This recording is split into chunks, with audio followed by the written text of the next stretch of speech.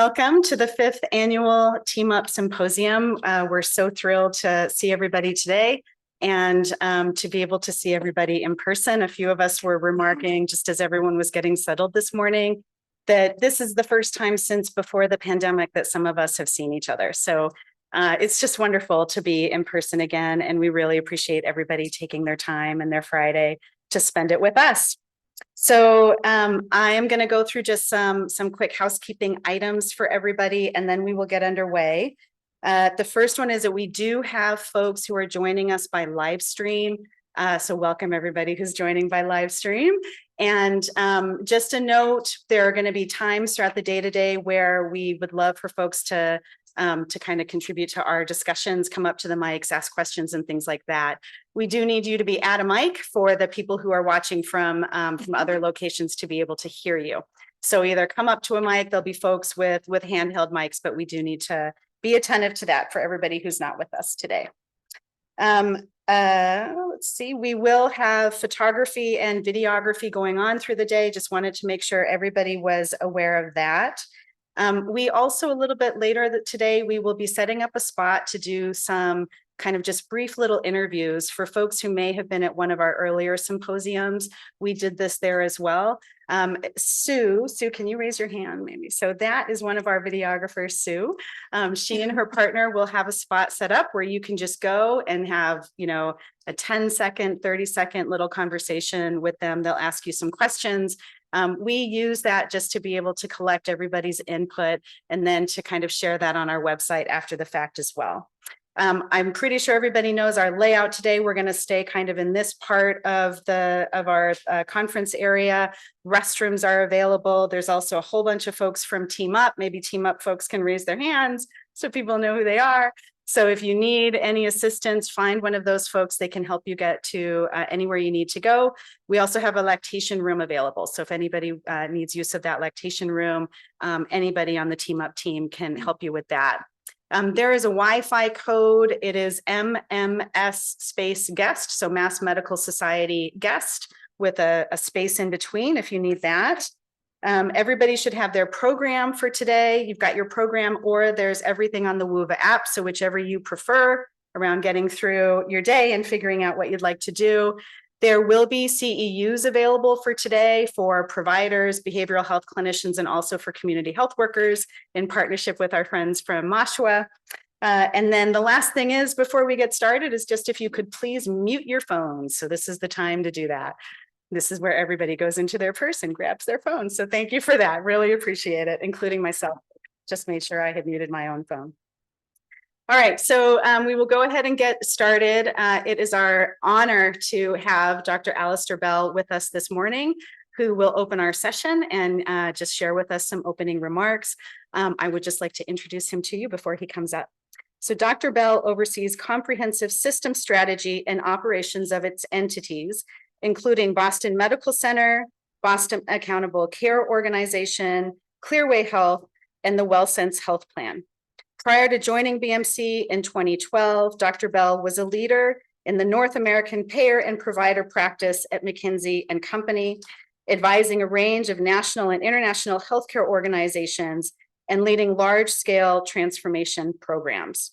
Dr. Bell received a Doctor of Medicine from the University of Oxford in England, a Master of Arts in Physiology from the University of Cambridge in England, and a Master of Business Administration with distinction from Harvard Business School. He currently serves as the Vice Chair of the Board for both Boston MedFlight and Boston Children's Chorus. Dr. Bell, I'll hand it off to you.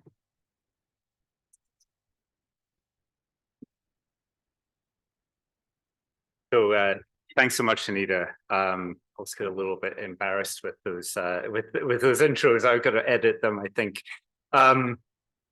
So good morning, everyone. I'm really delighted to be here with you all to kick off what I know will be a really informative and inspiring day.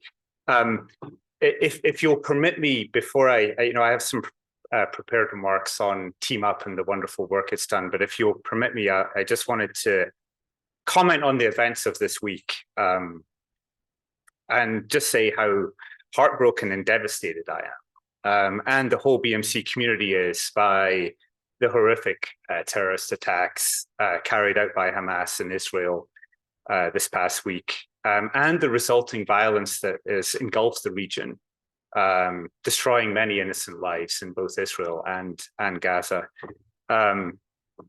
In the past few days, I've had the opportunity to talk with many members of the BMC health system community as we've attempted to, as a community, process the situation. All of us are feeling overwhelmed by the senseless and tragic loss of life. Many of our colleagues have been very directly impacted and are working either to cope with loss or feel fearful for the safety of loved ones, or are literally on a plane now to Israel to help. So through all that heartbreak, sorrow, and devastation, though, it's also been a moment where we've really reflected on our values and that we at BMC Health System don't stand for hate of any kind, whether that be anti-Semitism, Islamophobia, xenophobia, racism, any other isms. And that, in fact, moreover, inclusiveness, respect, and healing are at the very core of who we are and central to the work that we do. So I know that, despite how difficult this is, we'll continue to be there for one another. And ultimately, our shared humanity will carry us through. But it also makes coming together today on such a vibrant effort as Team Up an important reminder of what we can do together to advance health and well-being for all. And so I just think it's really great at the end of such a terrible week that we are here talking about such an amazing program that's had such great results with such a great group of people of many different origins coming together to work to advance mental health. So, when I was thinking about today, and I kind of went back to where Team Up started in 2015. 8 years ago, there really was no established way to make sure children had prompt access to behavioral health care. Children and their families routinely waited years for proper diagnosis for mental health concern. And only about 20% of kids with a mental health issue actually received care from a mental health professional. That's staggering. Through the Team Up partnership, where our team here at BMC has worked with the pediatric leaders of 7 community health centers, a full spectrum model has been developed, implemented, and sustained. So now in 2023, we know that the initiative has made tremendous advancements, building our collective understanding of how best to respond to the mental health needs of children and families, particularly those from structurally marginalized communities. We've built the field with peer-reviewed literature demonstrating that this model improves outcomes for children and families, improves outcomes for the healthcare workforce, and improves outcomes at a system level. So it really is incredible work and something we should all be very proud of. So I wanted to thank the BMC team, our community health center colleagues, Team Up's advocacy partner, Healthcare for All, our funding partners, the Richard and Susan Smith's Family Foundation and the Klarman Family Foundation. The Smith and Klarman Family Foundation's commitment to ensuring access to comprehensive behavioral health care for children and families is unparalleled. We're really so grateful for their support, and are honored to have representatives from both the foundations here today. At its core, Team Up is a health equity initiative. From the outset, we knew that many of the communities we were partnering with had difficulty accessing mental health services. Team Up has been and will continue to be focused on ensuring that all children receive prompt access to comprehensive behavioral health care, all within their primary care medical home. The mission of BMC to provide exceptional care for all has been foundational to the work of Team Up. And it's why it's so important to come together in settings like this to share our work and coordinate our efforts so that we can reach this goal as a team. The theme for this year's symposium, teaming up to be a catalyst for change. Why is catalyzing change so important, and why right now? Well, first of all, there's a tremendous need, as we all know. Children and youth are suffering from mental health issues like depression, anxiety at alarming rates, and they still are experiencing negative effects of the pandemic. As a father of 3 teen and pre-teenagers, I've experienced this directly. That have really affected their school and social connections. Secondly, initiatives like Team Up, through initiatives like Team Up, we've a proven roadmap on how to respond to those needs and create a positive impact on children and families. In a recent publication of Team Up's evaluation team, a cohort of children in Team Up health centers were followed over a 12-month period, and we saw significant improvements in mental health symptoms, health-related quality of life, and school-related functional outcomes.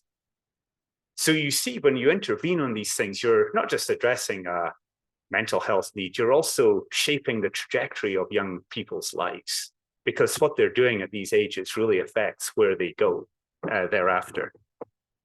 And the third is that the environment is primed for success. Our Massachusetts Medicaid program, MassHealth, is promoting investments in integrated behavioral health for children through the 1115 waiver, including expanding the multidisciplinary care team to include behavioral health clinicians and community health workers. This is but one aspect of the Commonwealth's comprehensive behavioral health roadmap, which lays out a plan to ensure all children and families can access needed services in a streamlined, cohesive system. And I'm really delighted to see former Secretary Sudders here, who was a core architect and leader in this space over the last, God knows how long, actually, longest in the country, right? But we're seeing the impact of your work carry forward, in our system, and it reverberates, and we're really grateful you're here. At the federal level as well, though, the Department of Health and Human Services has identified integrated behavioral health as a top priority to strengthening primary care across the nation. And so they've also invested significant funding to develop the integrated care workforce and built capacity in core areas. One such example was a HRSA-funded project, TPEC, Transforming Pediatrics for Early Childhood, of which Team Up is a partner. And in fact, Team Up had the opportunity to share our work with Assistant Secretary for Health, Admiral Rachel Levine, earlier this year. And after hearing about the achievements of the initiative, Admiral Levine commented that we'd developed, quote, a model program that hits the mark on the integration of behavioral health into primary care. So the work that there's a tremendous need. We have something that works, and the environment is coming together to create an environment where we can actually, for probably the first time, maybe ever, actually take that to scale and really have an impact on people. Our health system also is ideally suited to respond to these opportunities and support further investments in Team Up across the Commonwealth. In the past year or so, we've expanded the number of children, particularly children in historically marginalized communities, in our health plan, WellSense. And we've developed and are developing deep collaborations with our ACO partners, including Boston Children's Hospital, who I see represented here by Josh. Thanks for coming, Josh. And others across Massachusetts and New Hampshire. And so it's great to see all of the partners here today. Further, we've long been committed to a holistic view of health, that being healthy inherently must include not just physical health, but also mental health. We're deeply invested in building a healthcare system that exemplifies this view of health, including efforts like launching our behavioral health center in Brockton, to leading a coalition of community partners to redevelop the Lemuel Shattuck Hospital campus into a comprehensive behavioral health and housing community, and efforts like Team Up that are intentionally designed to be responsive to the myriad of behavioral, developmental, and social needs of children and their families. So I know our team has lots planned for you today, including presentations of their innovative work, going on in Team Up Health Centers, efforts with Team Up to support development of integrated healthcare workforce, a critical area, and updates on important work that Team Up Evaluation Team is leading to utilize race, ethnicity, and language data to assess potential disparities in access to care that we know are there. So I want to close just by thanking you all again for being here and for your continued partnership. I hope you just have a really great day. Thanks again.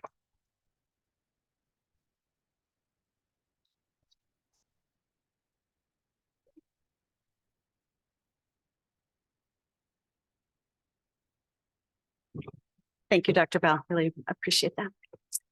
So the next thing we're going to do to open our day today is share a video. And I just wanted to share a little bit about this first. So Sonia Erlich, who's sitting right there in the front row, who is our director, a resident director of all of our video storytelling projects, really has spearheaded video storytelling as one component of the wide different array of dissemination activities we try to do within Team Up. So intentionally, we are doing kind of peer-reviewed literature, we are doing thought leadership pieces, but inside all of that, we also put an emphasis on video storytelling because it is such a compelling way of really understanding kind of from a qualitative perspective, pausing enough to stop and reflect on the experience of going through a transition like Team Up, and really getting at the core themes about what makes it unique, how it fills us all up, why it's so important. So we have done this had the opportunity now to do this at a few of our symposiums. The last symposium we had during the pandemic, we showcased 2 of our 4 health centers that we're working with right now. So we are now showcasing the other 2 of our health centers. But I just want to make a note that all of these are available on our website. So if you were not at our last symposium and would like to go in and view the storytelling projects from our other 2 health centers, please visit our website where you'll be able to find those as well. All right, so I'm going to see if I can do this. Give me 1 second. I need to share my screen for our live stream audience as well.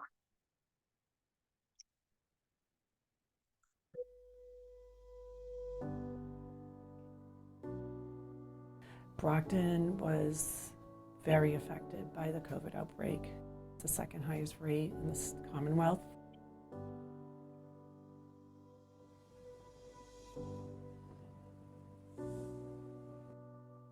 We had essential workers here. We had lots of losses with families and friends due to COVID.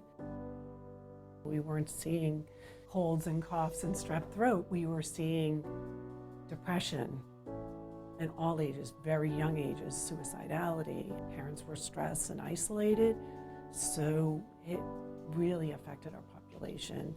And we've had to make a massive shift in how we practice medicine. I had been here for almost 26 years, so I have seen a lot of kids go from being a newborn to an adult. You got to invest now to save in the future, and people have a hard time doing that. But if you want to have productive members of society, you need to take care of their problems while they're children.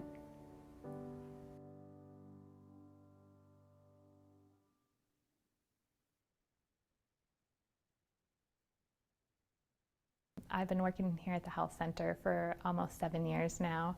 I live in the area and I grew up here, so I always wanted to be able to come back home and work in the community that I grew up in. Working for Brockton Neighborhood Health Center was like working for the community, people that I kind of like grew up with. Like I moved to the US long ago, and I feel myself in them. I came not speaking the language. I came don't know the culture. Now I was able to learn the language. I was able to go to school, and now I feel like I have to give it back to the community. Some of the people that I see at the clinic are people that I go to the church with. The thing that keeps me coming back, even though we face really hard diagnoses like depression, depression or anxiety in kids that are young as, 10, 11, is just the fact that we also have the experience of seeing the interventions work. The health center is a trusted entity within the community. People know they can come here if they have a problem. People will get mail that is in English and they don't read English. And so people will come in and ask for one of our MAs or one of the interpreters to help them figure out what they got in the mail. That's just one example. In college, instead of doing something science-based, I actually majored in Spanish because I knew that I wanted to be able to, I loved it, and I wanted to be able to communicate better with my patients. Entonces, yo vine a la clínica con mi hijo y conocí a Wanda. Entonces, yo le dije a mi esposo, ¿ves? Ese es el tipo de trabajo que yo quiero hacer. Integrated behavioral health is seeing the whole person, not just the mental health. This one issue could be stemming from all these other issues. Maybe they couldn't pay their rent, maybe they didn't have food. If it's the parent that's gone through trauma themselves, they're just surviving day by day. I think when we're in med school and we're in residencies, you kind of depend on things being a little formulaic. You have to kind of build these algorithms in your head of, if this happens, then this is what you do. When you start to practice, or when you even just become a little bit more independent, get that independence in your training, you start to realize that those algorithms can easily break down, and it's up to you to not just kind of give up and fall on the floor. You have to pick yourself back up, and you have to realize, well, how do I make this work for my patients? For a lot of families, they don't know what autism is. A lot of other families, they don't necessarily believe in depression or anxiety, and so part of your algorithm has to incorporate that sense of teaching, and we want to offer you these services. Because inevitably there will be challenges that arise, and having our team here be able to support them as they're settling into the country and settling into the community is really great. I can't tell you how many times I will tell families for the first time, let's get your kid to the dentist. There's a dentist upstairs. Being ambassadors for our entire community and in the US for these families who are just arriving is, I think, essential to be able to get people comfortably situated in their communities and safely situated health-wise and otherwise, especially for our kids who are super vulnerable. We try to address that possible mistrust in the medical field by incorporating a lot of the community in their own care. So when they come to the clinic, usually the first people they see are people who look like them, who speak their language. Nosotros todos los días somos advocates por nuestros niños de aquí, entonces nosotros ayudamos a los padres a entender y cómo funciona el sistema. Our community health workers have become experts at what the community resources are. As we've been working with Team Up, we have our behavioral health clinicians, we have our CHWs, and so as part of that, we have a more expansive team to be able to meet the needs of our patients and our staff as well.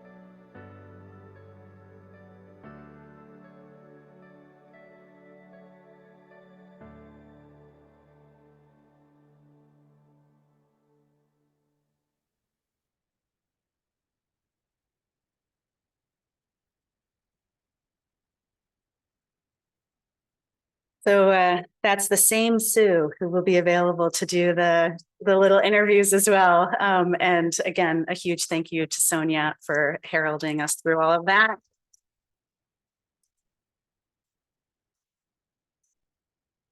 And to the health centers for all the work that you put into making all of that possible. We know it's not undertaken.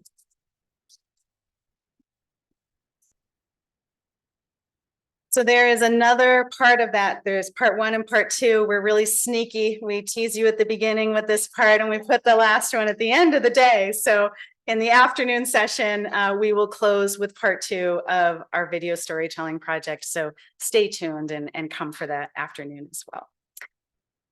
So give me 1 second to get myself teed up. So we are gonna, I'm gonna do just a little slide presentation, really just to share what we've done over the last 12 to 18 months in Team Up, and really set the stage for our opening plenary discussion today, which is gonna be fantastic. So I am just gonna quickly share that for our audience at home, and then we'll get going. Make sure everything's good. So normally when we come together in forums like this, the first thing that we do is show you this, which is the transformation model, the Team Up transformation model. And Emily, my friend and colleague, always says to me, there's no way anybody can read all of that. Why do you have it up there? And so the only reason it's up today is just to say that it exists, but we're not going to focus on it today. It's on the website if anybody wants to see it. But what we're really going to focus on today is our theme. Our team spent more time than we would probably like to admit to figuring out what to call today's event, and focused really in 2 areas. The first one is teaming up, and really wanted to mark the collaborative nature of this initiative and how core teaming up is to team up. And then the second part was heralding back to Dr. Bell's comments, being a catalyst for change, kind of being, embodying, pushing forward the change that we are looking to create in the system around us. So I thought I would just kind of deconstruct both of those for a moment. So when we say teaming up, what do we mean? And the core thing that we mean when we say teaming up is to develop a sustainable, adaptable, and replicatable model that strengthens primary care for everyone, strengthens primary care for all. And these are our marvelous partner health centers who have helped us create this model.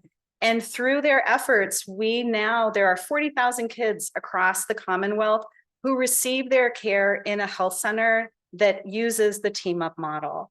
That's a tremendous feat, and really is a tribute to the teaming up that these health centers have done with us at BMC. We also team up to support the integrated care workforce. We do this through the learning community. The learning community is what we at the Team Up Hub at BMC really operate, which provides a tremendous amount of clinical training for all members of the care team and for the care team together as a unit, as well as technical assistance and practice transformation support. And then we also team up to build the field of knowledge, particularly around best practice in integrated behavioral health care. Just in the last 18 months since our last symposium, I wanted to call out 3 peer-reviewed publications that we're very proud to have contributed to the literature. This first one, also Dr. Bell mentioned, was a study, what we called a cohort of families from our first 3 health centers who were followed over a 12-month period of time. And the results of that over time showed that children's mental health symptoms, their health-related quality of life, and their school-related functioning had all significantly improved. And I think that school-related functioning is a really significant thing to highlight.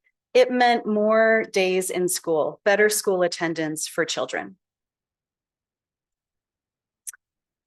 We also have built the field of knowledge around kind of burnout. You know, like I think when the 4 cohort 2 health centers, when we started working with these health centers, it was, I think, September of 2019. those 4 health centers were not out of their planning phase when the pandemic began. One of the things that we do on the evaluation team is staff surveys. We survey all of the clinical team at the beginning, in the middle, and at their end of their time in Team Up. So we did that at the beginning, and immediately after we had finished it, the pandemic began. We did it at the midpoint and looked to compare both of those results. What it showed was that while things had worsened through the pandemic, if you looked at the comparison between the beginning and the midpoint of those surveys, you certainly could see the impact, the impact and burnout that people felt. But even at that midpoint, providers and behavioral health clinicians in Team Up health centers had less burnout than established national benchmarks for providers and for behavioral health clinicians. One thing of note is that there are not national standards that measure burnout amongst community health workers. So at a minimum, we now have a benchmark that we've also contributed to the literature. And then lastly, a part of our evaluation work is a very significant claims analysis. So this looks at claims data across the Commonwealth and looks to categorize children who are seen in Team Up health centers to children who are seen in geographically similar but not Team Up health centers.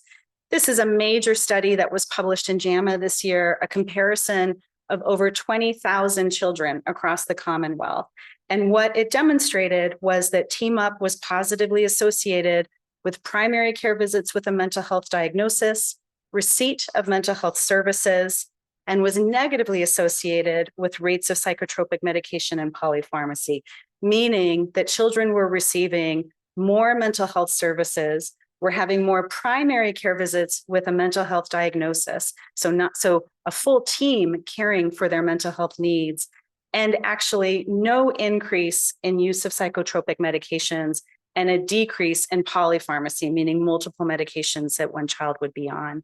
All things I think we can all agree are fantastic outcomes, improvements for children. So then the next part of this is being a catalyst for change and why that is so important and why that is our charge for today. The first, as we've already described, and I think everybody in this room experiences on a day-to-day basis in the work that you do, is that there is such tremendous need. And, the pandemic has only impacted that more. My colleague and friend, Megan Bear-Merritt, often says, for kids, the pandemic was a mental health pandemic. Also, there are significant changes and commitments to integrated behavioral health care being a standard of care, both at the federal level. This is a forefront article that was put out by Health and Human Services back in December of last year, outlining their approach to supporting integrated behavioral health. And then also here at our Commonwealth, at our state level, with Secretary Sutters leading the call, Maddie Walkman also leading the call, and we'll hear from them in just a second. And then also with Team Up, we are also trying to do what we can to be a catalyst for change. We're very proud and honored to have established some new partnerships over this last year, both with the Department of Public Health, as well as with CTC Rhode Island. This is Care Transformation Collaborative of Rhode Island, representatives of whom are here with us today, to start to strategize around ways to spread and scale Team Up and start to envision the future around how we can do that. So with this, I think the unifying theme is our core commitment that all of us share, that all of us as a team share, which is a vision that all children and families live within a community that fosters and promotes physical and behavioral health, wellness, and resilience. Dr. Bell and I were just commenting before we got started today, we wrote these back in 2015. And in 2019, 2020, went back and revisited them. And I think they continue to resonate, but we understood them at a deeper level. And as we've continued to do this work together, I think our collective understanding of what we mean by health equity, what we mean when we say that we think all children should live within a community that supports their wellness, that supports their resilience, has a deeper and deeper meaning the longer we do this work together. So for our plenary, we asked our guests to think about two questions. The first is, what core change would you like to happen over the next 3 to 5 years? So when you look 3 to 5 years into the future, what change would you like to see there around support for comprehensive behavioral health services for children and families? And then part two is, what opportunities are there? What opportunities do you see that we should take advantage of to make sure that we can make that change happen? So with that, we are going to start to transition to our plenary. I think I'm gonna leave that slide there. Emily, I'm gonna leave that up, or okay. Emily's gonna take over for me. I'm just making sure I do things the right way. So in transitioning over to our plenary, I am gonna go through and do all of our introductions first, and then we'll ask folks to come up. So you can stay in your seats for one hot second while I do these introductions, and then we'll have everybody come up together. I will start by introducing our moderator, Emily Feinberg. So Emily is the Director of Implementation for Team Up. She is currently a professor at the Hassenfeld Child Health Innovation Institute in the Department of Health Services Policy and Practice at Brown University School of Public Health. She's also continues to be an adjunct faculty at BU. Emily is a pediatric nurse practitioner at Dot House, one of our Team Up health centers. And the overarching theme of her work has been the redesign of community-based child health systems. She's applied this lens to a number of public health priorities, including maternal depression screening, management and prevention, autism services, and the integration of child mental health services within pediatric primary care. Her work has been funded by the National Institute of Mental Health, the National Institute for Nursing Research, the Centers for Disease Control and Prevention, the Robert Wood Johnson Foundation, the March of Dimes Foundation, and the Health Resources and Services Administration. Thank you, Emily. The next person I would like to introduce is Secretary Mary Lou Sutters. Secretary Sutters is currently a senior health policy advisor at Smith, Costello and Crawford, a premier consulting and public policy law firm, and a trustee of the charitable foundation that invests in children's mental health. From 2015 to 2023, she served as the Secretary of Health and Human Services, providing executive leadership to over 12 public agencies, including Mass Health, with a budget of more than $27 billion and 22,000 public employees. The largest secretariat in the state, EOHHS, supports the needs of 1 in every 3 residents. It's a lot. And touches every community. She chaired the state's insurance marketplace and was an inaugural member of the Health Policy Commission. Additionally, because there was nothing else on her plate at that moment in time, she led the state's COVID-19 Response Command Center. As secretary, she spearheaded significant reforms in behavioral health. We're happy to hear about those today.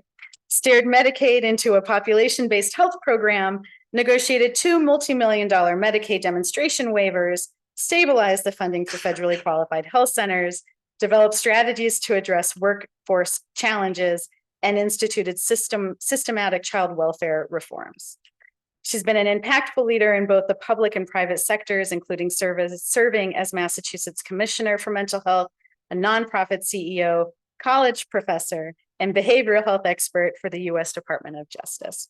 Secretary Sutters received her bachelor's degree with honors and master's degree in social work from Boston University, very lovely, and holds 3 honorary doctorates, including one from her alma mater, plus is the recipient of numerous civic, social work, and professional honors. Josh, you're up next. Josh Greenberg.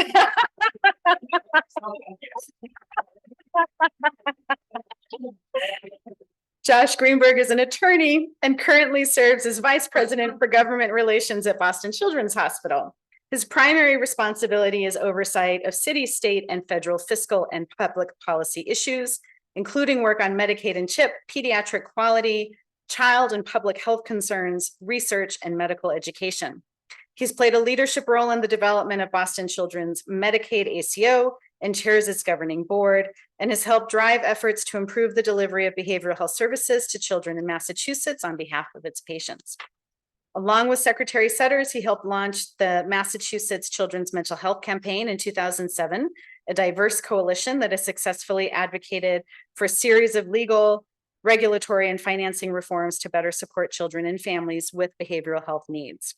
He previously served as manager of the Children's Division at Healthcare for All, where he directed the Covering Kids program for Massachusetts. He also coordinated other children's work, including projects on health quality, teen health, and mental health. Prior to joining Covering Kids, Josh founded an innovative legal aid program known as the Medical Legal Partnership, which I think we're all very familiar with as well, based at what was then Boston City Hospital Department of Pediatrics. Josh is or has been a member of policy leadership committees for the Children's Hospital Association and the Massachusetts Health and Hospital Association, and has served on the boards of several legal aid organizations. For 5 years, he co-chaired the Massachusetts Catastrophic Illness for Children Relief Fund, based at the Department of Public Health. He's a graduate of Dartmouth College and Northeastern University School of Law. Maddie, you're up next. Maddie Walkman is Director of Parent, Child, and Family Policy at Mass Health, which covers roughly 40% of children and 40% of births in the Commonwealth. In her role, she leads policy efforts across Mass Health, focused on improving the health and well-being of children, families, and birthing people.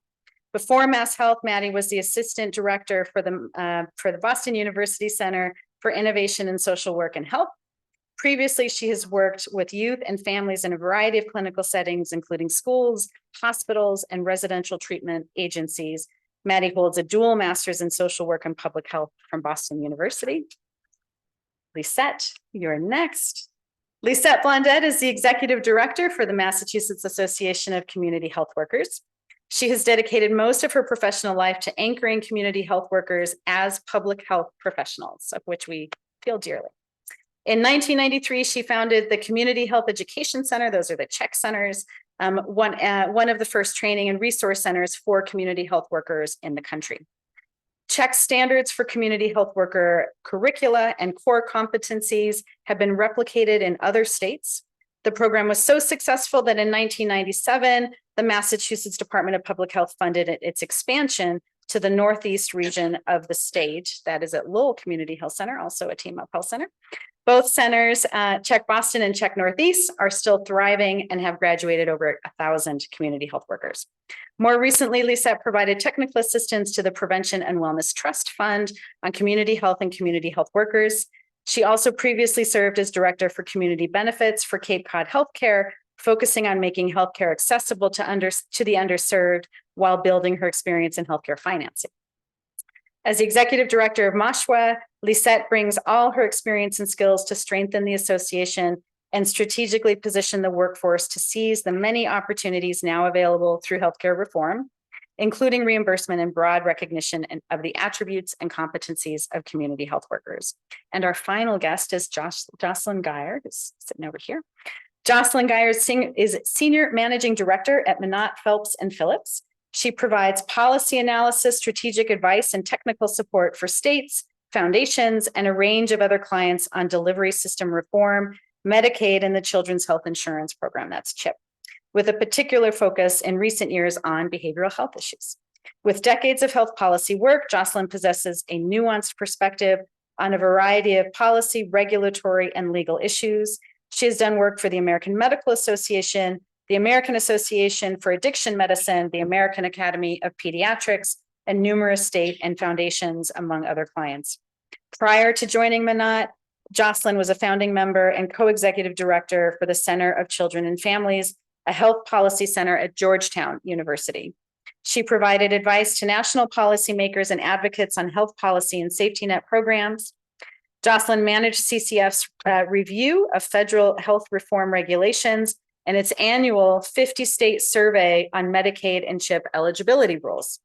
During her tenure as a senior researcher at Georgetown University, Jocelyn helped Maryland implement the Affordable Care Act and establish its marketplace. As an associate director with the Kaiser Commission on Medicaid and the Uninsured, Jocelyn analyzed issues in healthcare for vulnerable Americans, including Medicaid waivers, the implications of the Medicare Part D drug benefit for impoverished seniors and people with disabilities, and the expected impact of transforming the financing of Medicaid. At the Center on Budget and Policy Priorities, Jocelyn assisted states and advocates with implementing family-based coverage expansions, advised congressional offices on creation of CHIP initiatives, and designed policy initiatives to link Medicaid and other social supports. She also served as a legislative research assistant to the late Senator Daniel Patrick Moynihan. Throughout her career, Jocelyn has been a speaker at national gatherings of state officials, provider organizations, advocacy groups, and foundations. She has presented to members of Congress as well as state and local officials on the future of children's coverage, transforming Medicaid, addressing social drivers of health, mental health, and substance use disorders. That's all of our wonderful guests for today. If everybody would like to come on up to the center here, that would be great.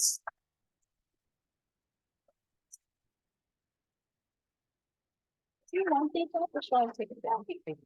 Yeah, okay. I don't know that I can take them down, but I can put them back to the beginning. Yeah, you could put them. You see this doesn't matter, just in the 5 chairs. There, we'll leave this one up there. The closer you are to here, the better.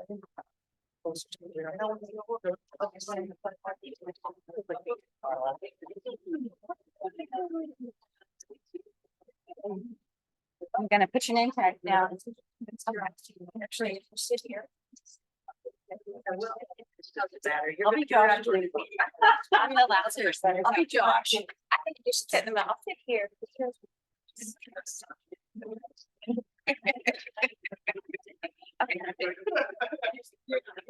Barely am here. We're somewhere.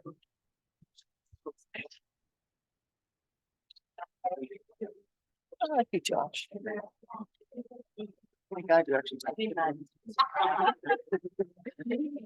Yeah, I'm gonna stand. Okay. I think we are ready to roll. So I think there's no doubt that this is an incredible panel in front of us. And I want to just say one other thing. Besides all of their accomplishments and their professional biographies, there are also a bunch of really wonderful people who care very, very deeply about kids.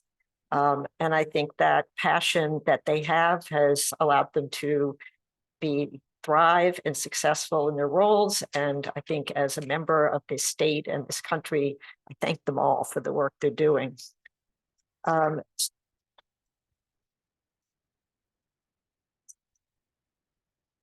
So I think it's been pretty clear from what Anita and Dr. Bell have said, we really are at an inflection point now for behavioral health care for children. Well, I think the pandemic laid bare the mental health crisis. It's something that was there before. It just kind of took the Band-Aid off.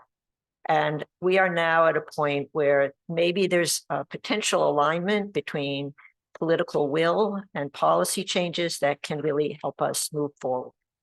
So I am really looking forward to hearing what you all have to say about what you think the core challenges are, what are the strategies you think are going to help us work, and how can we really take advantage of this moment in time to expand behavioral health services, integrated services for kids. So thank you. I'm going to go kind of in the order that people are sitting. We're going to start at a state view, kind of move down, and then turn to Jocelyn for kind of a more national view. We'll have each speaker will speak for about 10 to 15 minutes, and then we hope we'll have time for dialogue both between the panelists and questions from the audience. So Secretary Sutters, you're on. So as a social disruptor, I just want to thank all of you. It's one thing to thank us for being up here and for the work that we've done, But the reality is the work that happens by all of you each and every day. So I want to applaud all of you for being on this journey.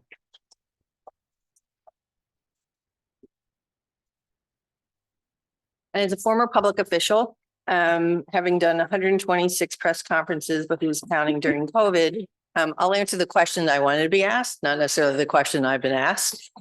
So that'll be my disclaimer in the beginning. And I think we've all agreed we have to rewrite our bios. All of us really can hold on to jobs. But I do want to do a quick reflection. I also just want to thank Alastair for your opening remarks, because it's impossible, I think, for any of us to be completely present, given what's the terrorism that's going on in the Middle East. And in all honesty, 5 years ago this week, I was in Israel, and one of the communities that was completely obliterated was one of the communities I was at. So it's just been one of those really extraordinarily distressing, awful weeks. So I appreciate that you opened it. It wasn't quite 30 years ago, Josh, because I was doing the math as we were sitting there. But about 27 years ago, because I really am old, Josh and I were in this very building. I was a newly minted commissioner of mental health and meeting with the American Academy of Pediatrics, trying to convince them that they should be doing mental health screens as part of child visits. Now, all of you will say, well, yeah, of course we should be doing that because you do that. I will tell you, 27 years ago, the American Academy of Pediatrics under Walter Harrison, for those of you who are old enough to remember Walter Harrison, they were too polite in this beautiful building to throw tomatoes at me, but they came pretty close because, as Josh will recall, it was, we don't really want to screen, because if we screen, then what? Because services were not available. And of course, being a cheeky social worker, my response was, but if you don't screen, you won't know, and we can't change what we make available to people. And the second premise for me in believing so strongly about primary care physicians and pediatricians providing screenings, behavioral health screenings as a part of child visits was twofold. One is, what can be less threatening for a child and a family, but to be in their trusted pediatric primary care office? And secondly, early identification of emerging issues is the best way, right, to identify and to provide treatment. So fast forward, don't worry, I'll answer the two questions. Fast forward, when I was first introduced to Team Up by my friends at the Smith Foundation and Klarman, it felt really like it's finally really happening in the way that it needs to happen to really inculcate systemic change.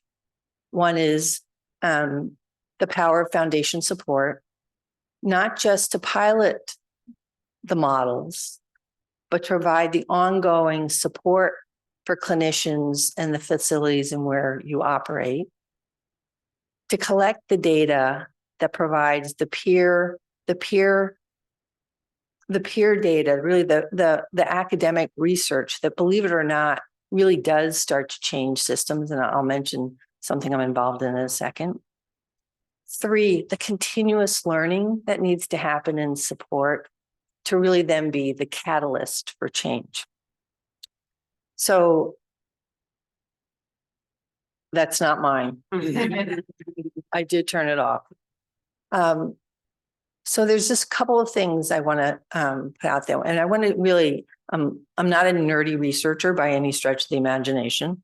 But one of the things I have come to appreciate is that both state, but really the federal government really leans on the academic research for systems change. So very recently, I still can't quite figure out who nominated me. I was asked to be part of a 17 panel of experts at the National Academy of Science, Engineering, and Medicine, otherwise known as the old Institute for Medicine, convening on improving behavioral health in Medicaid and Medicare, and looking for models. And actually, I found a couple of the articles that I and sent to the other members. And so one of my pledges to you as we look to promote models, this is for the federal government. We were asked to do this on behalf of the federal government. So we've been asked to sort of highlight promising models. So I pledged all of you, and since I'm on some camera, that I will ensure that Team Up is part of the National Academy's report back to the federal government. So that's at least one thing I can offer today. But let me just move forward. So as I think, where can we go collectively? And I want to applaud the 7 or so health centers that are involved in this. One is team-based integrated behavioral health pediatric practices should be in all of our community health centers. That the pilot needs to go. Yes, thank you. You can applaud in the back. I saw you. That pilots are only good if pilots are studied and then either brought to scale, right? Or we study them and say, nice pilot, it's time for this to go to bed. Massachusetts is really famous for piloting lots of things that then we institutionalize the pilot, but we either neither take it to scale, nor do we sort of say, thank you, nice pilot, time to move on. That is why the data here is so important. The research demonstrates the need for this to be a model that is inculcated throughout our health systems, starting with our community health centers. And the reason in our community health centers, for all the reasons you saw in this video, is because they are of community, for community, trusted by community, look like their communities, speak like their communities, and the rest. And then it sort of builds from there. That's one. The second thing is it demonstrates the power. Was that hopefully we'll like this? The power of community health workers as complete and legitimate partners in the healthcare space, and not just be funded by grants, but truly being part of a reimbursement structure that acknowledges the worth of community health workers. And I do not use the word paraprofessionals because I really find that not valuable, and it sort of diminishes the extraordinary work that community health workers bring to the table. So that is, so really bringing community health workers, I love the fact that it's grant funded through HRSA and whomever else, but really like bringing it truly into the team-based model. And to make that happen, it's really more of what has been happening here, but growing it in the next few years. I do think the environment, because of the pandemic, frankly, up until the pandemic, while we all knew that, and Alastair went through all the numbers, that there was always more mental health need than there was services for, and kids and families particularly waited for a long time, or the crisis happened and you ended up in the emergency room, which is really like not a great way to start the intervention. I used to really believe that we were just sort of politically correct about how we talked about mental health. Like, yes, we acknowledge it was a crisis, but it never, we moved, but it never like really moved. And I think the pandemic didn't just sort of remove the Band-Aid, it just like ripped it off. And I think that the political and public policy environment is ripe to really fundamentally make the change that all of you have been working on. So that is what I would do. Thank you. Josh? One of my former bosses said, you know, when you're on these kinds of panels, do the 5 B's, be brief, brother, be brief. So that's kind of stuck with me, and I'm looking forward to the conversation here, and I'm hoping there are questions from the audience. So I'm going to try to go with that. I'm a lawyer. I've been privileged, I think, to be in some of the best health systems for kids in the Commonwealth at BMC early in my career, at Boston Children's, subsequently with a lot of engagement with community health centers over all of those years, and a sort of deep work, I think, around Medicaid policy and advocacy as the center of what I've been able to work on. And I agree with the video presentation about the mental health crisis, that if we don't invest in kids, we are never going to turn the tide. on what's confronting us. And so it's been a privilege also, I think, to work in pediatrics for all of my career, basically. So three quick things that I would like to see evolve. And I will say I've either spent too much time with you, Mary Lou, or you've been such a significant mentor in my life that everything you said, I think, is woven somewhere in a few notes that I scribbled. One, I'd really like to see us continue to work to evolve kind of a family-centered approach to care delivery. It's kind of axiomatic, but kids live in families. I think we are often confronting when we're delivering these models, not just trying to do interventions with the children and young adults, but also with their parents and the folks who are caregivers who have their own stresses, perhaps their own behavioral health needs, et cetera. I don't know that I think that our care models or our financing mechanisms have quite caught up with that kind of need. And I think this ACO opportunity and some of the financing and some of the things Maddie will probably talk about is kind of opening that up. But there are some challenges to confront in all of that. Data sharing and the privacy issues that come along with that. Who the delivery system is for the child versus the adult, right? That stuff needs to get sorted out in thoughtful ways. So I just hope that we really work on that piece of things, because all of the clinicians that I get to talk to are deeply, deeply focused on that. Second, and team up is, I think, as Mary Lou pointed to in the earlier presentation suggested, this sort of evidence-based for interventions that work is really, really important. I think having the high fidelity training programs, Lisette, that then emphasize what works with the workforce so that they begin to develop a skill set. And then I've seen sort of in my world of pediatrics, the deep investments that you need to make in quality improvement and the sort of data capture and sort of the constant tweaking that goes on to sort of perfect what you're doing, to strengthen it, to make it resilient in times of crisis and change. So we've got to figure out the investment mechanisms for how to do all the infrastructure stuff that I think we've been fortunate to have foundation partners fund, but that's got to become kind of part of core funding. And, you know, the way we've developed our healthcare system, that means payers need to pay for that kind of functionality.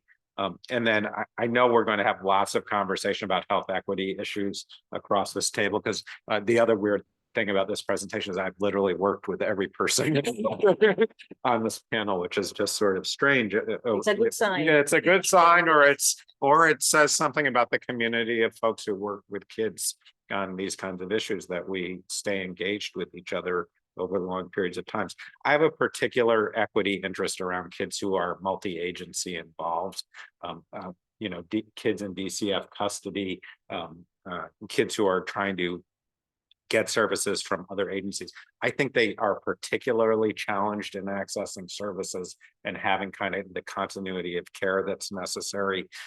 We know a lot of work was done by Mary Lou to get kids out of the juvenile justice system and into behavioral health service. You know, that's a good example of where we really have to have focused efforts, I think, around those subpopulations of kids. And again, there's a set of financing and responsibility issues that we need to continue to press on, so that when that child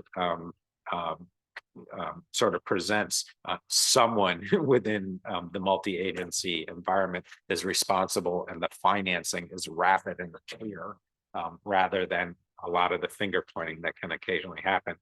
I'll close just with a particular experience that I had. I think it was in your DMH days, not your UHHS days. And we were putting together at the Boston Bar Association a summit on kids' behavioral health. This is, 20 years ago, maybe, because we thought if we could get all the lawyers engaged in talking to each other, and there are lawyers, right, in every state agency and every delivery system, et cetera, that we would start to make progress. And I think we did. I met with Jeff Locke, who was then the DSS, now DCF commissioner. And in that meeting, he said, I've been prepping for this meeting. I pulled this case file and it was that high. And he said, there have been 32 separate case managers on this child's case. And it has been goes all around behavioral health stuff.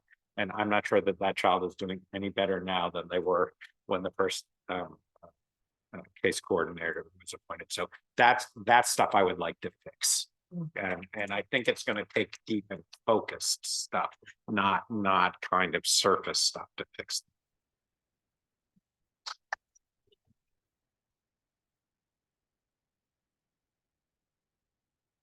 Hi, everybody. It's a bit surreal for me to be on this panel with people that I've learned from and so deeply respect. It's great to be here. I'm Maddie from Mass Health. I am excited for the conversation as well. And I heard those financing comments, and I will talk about that. But for the goal of what should we collectively achieve, aligned with us teaming up, I'd love to encourage us to broaden our definition of team to cross-sectoral team. And we're thinking a lot about that at Mass Health and across the Secretariat, things a large part due to your leadership.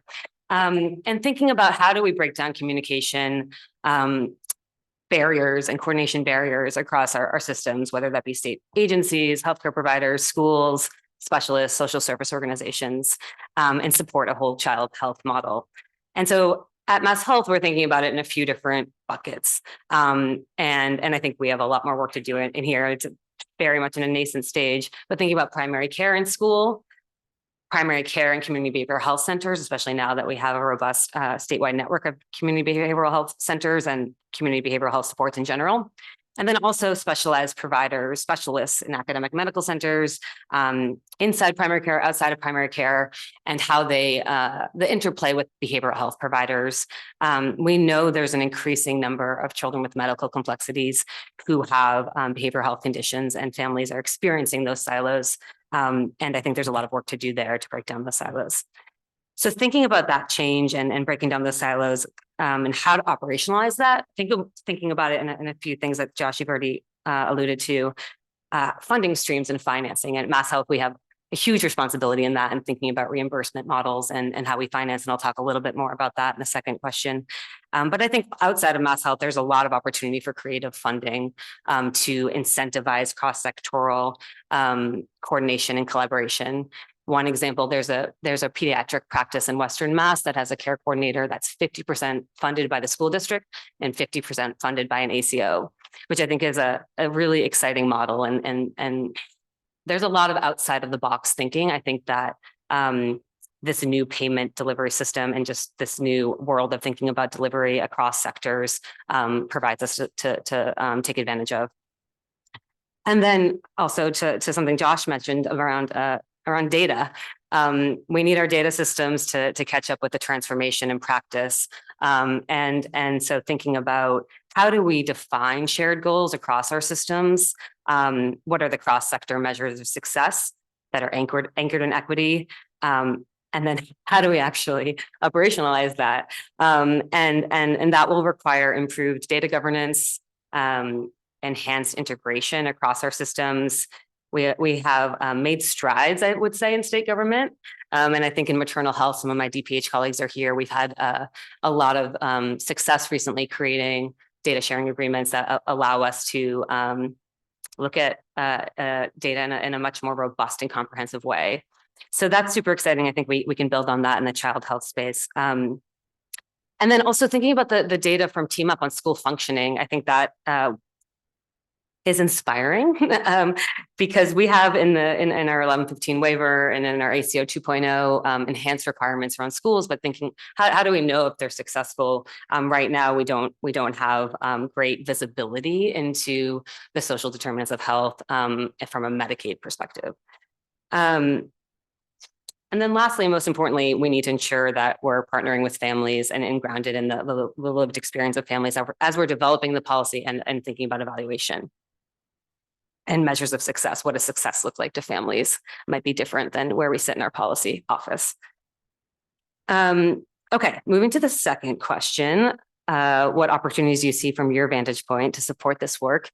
So the 1115 waiver, and just to pause, and maybe not everyone is familiar with the 1115 waiver. We have some new staff, so I'm constantly like, what, does that make sense?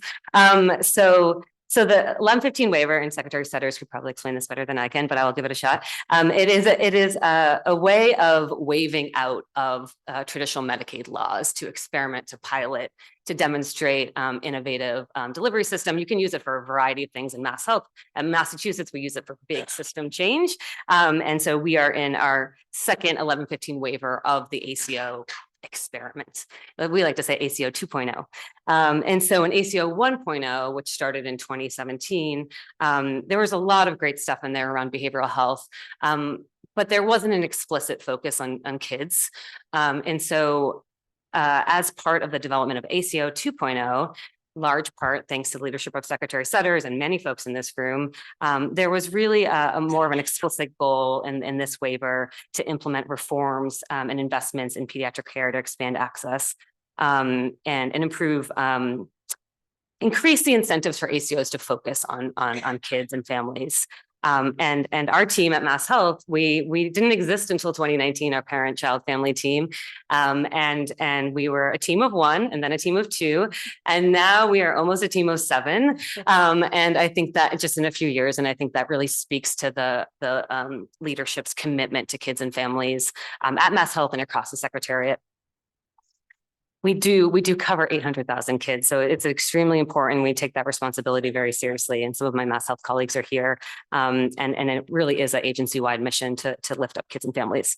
So a few elements within the 1115 waiver, which I see as a huge opportunity and in transforming care in behavioral health, is the ACO primary care subcapitation program. Also a lot of jargon in there.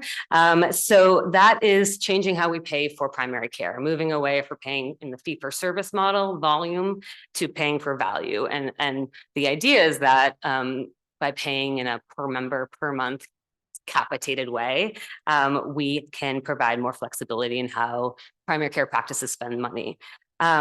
Additionally, there's been an acknowledgement that there's an historic underinvestment, as you all know and live, in pediatrics.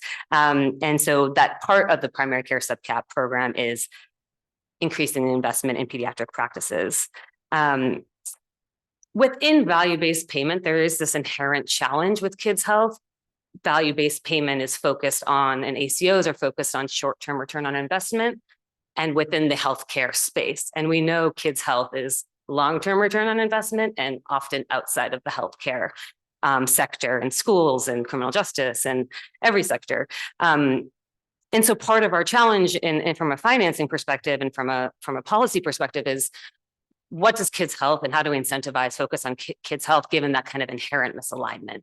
And we've been working hard at Mass Health to think creatively about that. And so within the primary care subcapitation model, we have 3 clinical tiers. Tier 1 is focused on excellent primary care, foundational primary care, with increasing requirements and sophistication up to tier 3. And within each tier, we have focused kids and family and perinatal maternal health requirements. And so just some examples, we have team-based staff roles, community health workers, requirements for a licensed behavioral health clinician at the tier 3. We also have an education liaison requirement at tier 3 to coordinate with schools. And we're really excited about how this will look in practice, and relying on folks on the ground to tell us what the implementation is and how we can learn from that. And then a few other highlights in the 1115 waiver of care coordination: enhanced requirements for kids. We have a requirement now that ACOs must screen kids on education, anyone under 21, as part of the health-related social needs screeners. And then we also have a more robust requirement for a designated pediatric expert at the ACO level. And we are bringing those folks together on a regular basis to learn from each other across ACOs, share knowledge, and understand how this experiment is going from a pediatric perspective. And then outside of the 1115 waiver, as you know, we have the behavioral health roadmap and some exciting child and family focused initiatives within the community behavioral health centers, and a new youth community crisis stabilization service that provides intensive short-term clinical treatment and stabilization to help divert youth from avoidable trips to the ED or inpatient hospitalization. So we have multiple big initiatives going on at the same time, and I think it's an exciting time. I feel like I have a dream job, and I'm excited to see how this plays out over the next 5 years, and look forward to working with all of you.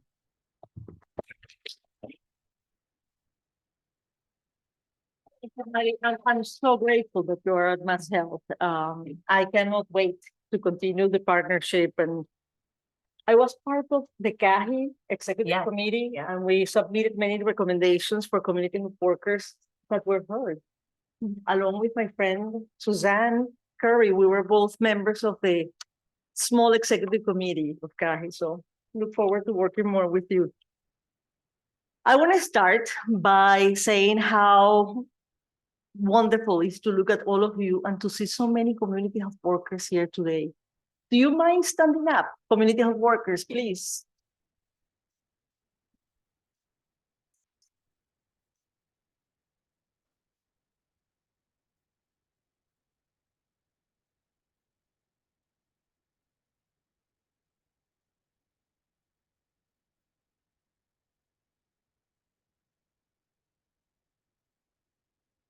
Thank you. This is one almost tangible evidence about how TMAP is transforming healthcare.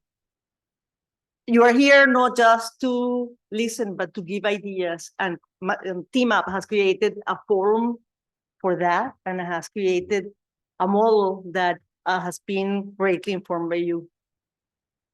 I am going to read what I'm going to say because I believe in every single thing I'm going to say and I don't want to miss anything. So apologies that I will be looking down. So over the past 8 years, TMAP has been brewing a formula to maximize the role and effectiveness of community health workers within primary care. The TMAP staff has worked closely with partner health centers, including community health workers, to adjust the model and test the effectiveness or its effectiveness in every change. The result, an intervention protocol or intervention protocols within a pediatric care that outline CHW roles before, during, and after a primary care visit. These roadmaps of community health worker interventions are a great contribution to standardizing an emerging field. This level of specificity and parameters for intervention integrity are sadly lacking for many CHW interventions. We still have a way to go, but our field has come a long way. Last week, we celebrated the 30th anniversary of the Community Health Education Center, CHEC, the first community health worker program in the country. In 1993, when we were marketing a training program for community health workers, the response from most was, community who? Today, 2023, we can safely assume that people have heard about community health workers, and we can now even afford to shorten it to CHWs. However, if you ask people to describe the role of CHWs, many will not provide a very good description. So we still have some work to do to standardize and anchor community health workers as public health professionals. We will get there. And again, your presence here, it's a sign. Getting there requires gradual steps and partnerships.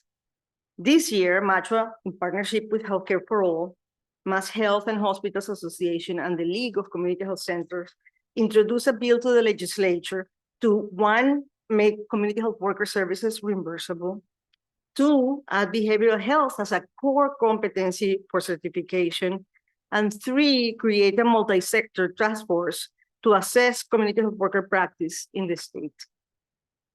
At a hearing for the bill this summer, our very own Anita Morris provided fabulous testimony in support of the bill.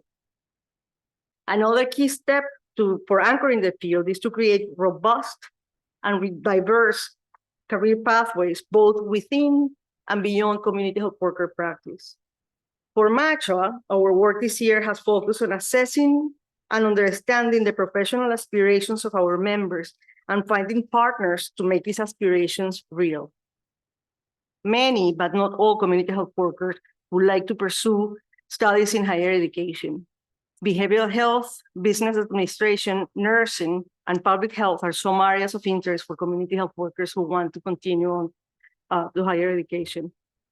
However, I would say that for every community health worker who wants to continue their university level work, there is one community health workers who wants to continue to develop professionally as within community health worker practice.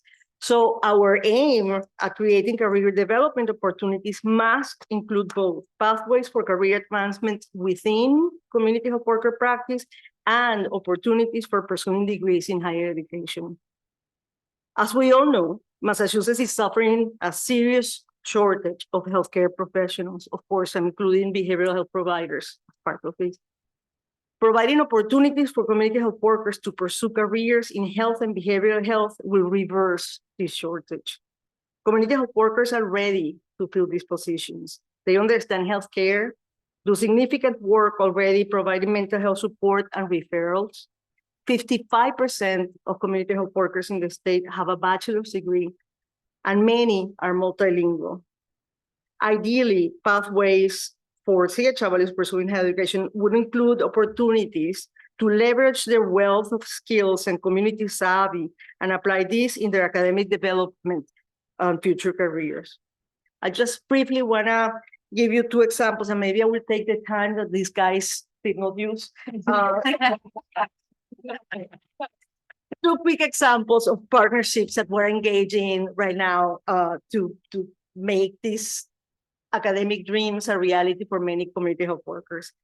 One is we were fortunate, so we were, a year and a half ago, we were going down this path of, okay, we need to create more opportunities. I mean, the check in me was, an initial training is not enough. We really have to do a 2.0 to really, not only lift the experience, but also put community health workers in pathways to management and to become the directors, managers, and supervisors of community health worker programs or any other public health program.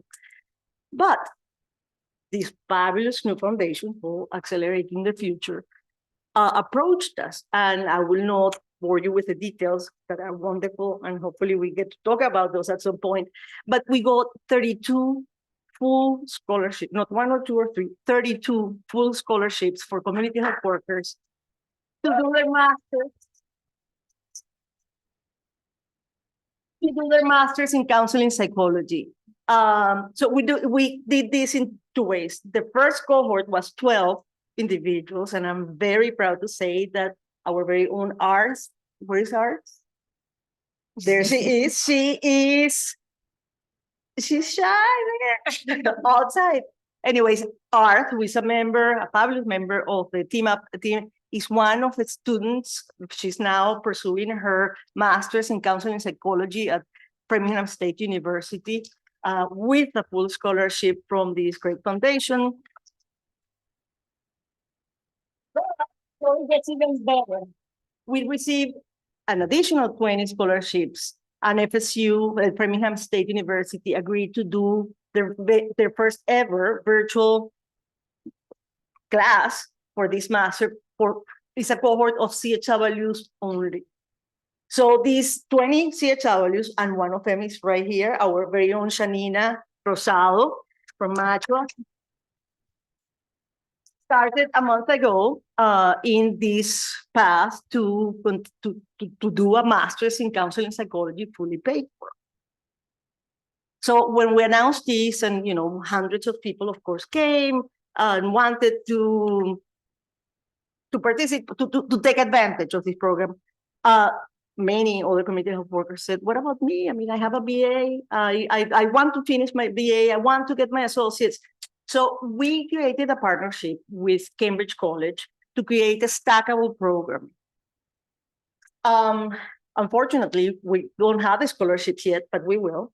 But the stackable program gives 18 credits from the offset for community health workers who demonstrate that they are certified.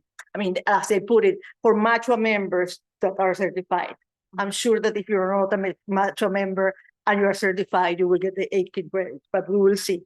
But the idea is to, again, use expertise and skills of community health workers as lived experience credits, and then do a coursework that is really relevant to the experiences and focus and understanding of the community that community health workers bring. So that is all set, ready to go. They are recruiting students individually. Understand there are 5 CHWs that are taking advantage of this. We want to make this larger, but the interest is out there. Again, 55% of our members are ready to go, have their bachelors, have the experience, have the languages. What a gift.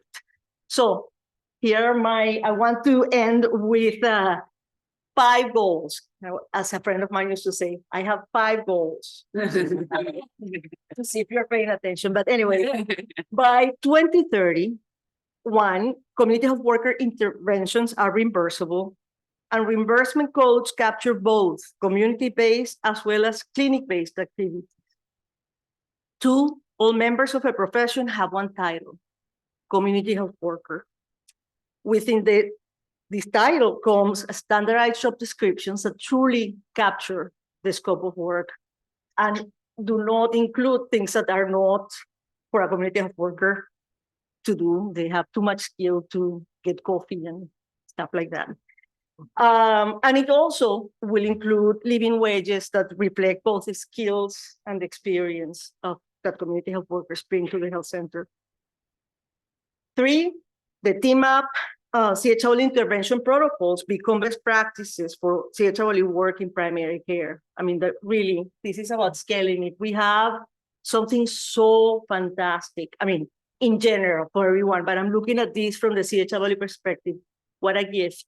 What a gift to have a roadmap that truly acknowledges the work of community health workers within the team. 4, and I have 2 more. Every member of the integrated care team understands the role and contributions of community health workers to patients and families' well-being and to the practice's bottom line. Yes, the work of community health worker brings money to these practices, and everyone should know how they do that. And 5, eliminate the workforce shortage by providing the necessary resources, both financial and logistical, and mentorship to allow community health workers to enroll and complete professional training. Thank you.